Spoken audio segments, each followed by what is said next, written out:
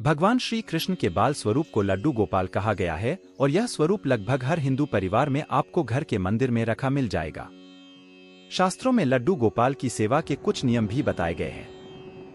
इससे पहले अगर आप चैनल पर नए हैं तो चैनल को सब्सक्राइब करें और इस परिवार का हिस्सा बने। आइए बढ़ते हैं आगे। दरअसल लड्डू गोपाल की सेवा बिल्कुल वैसे ही की जानी चाहिए जैसे कि आप घर पर किसी बच्चे की करते हैं।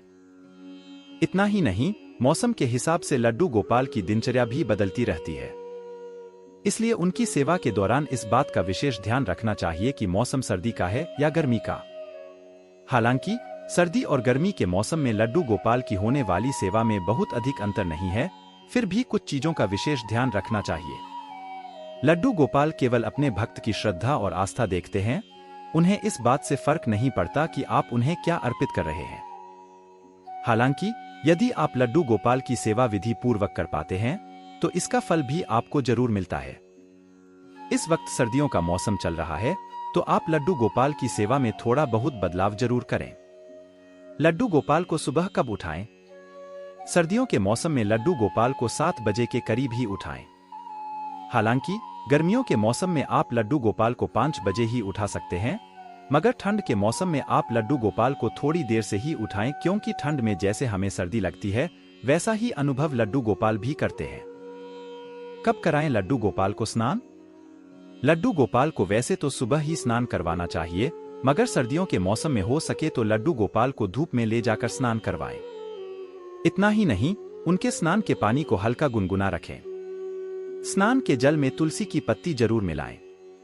पंडित जी कहते हैं, अघन मास चल रहा है, अगर आप इस दौरान किसी पवित्र नदी के पानी में तुलसी की पत्ती डालकर लड्डू गोपाल को स्नान कराते हैं तो इससे आपकी सारी मनोकामनाएं पूर्ण होती हैं।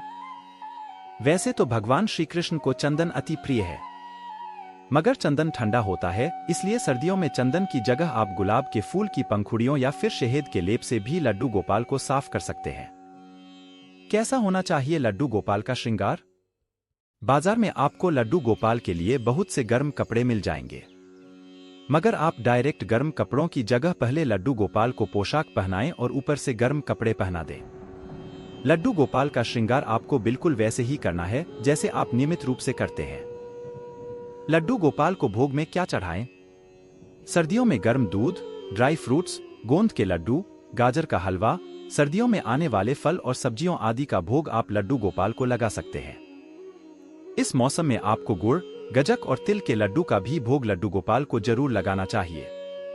यह सभी सर्दियों के मौसम में खाने वाली चीजें हैं जिन्हें भोग में लड्डू गोपाल को अर्पित किया जा सकता है। लड्डू गोपाल के सोने का वक्त।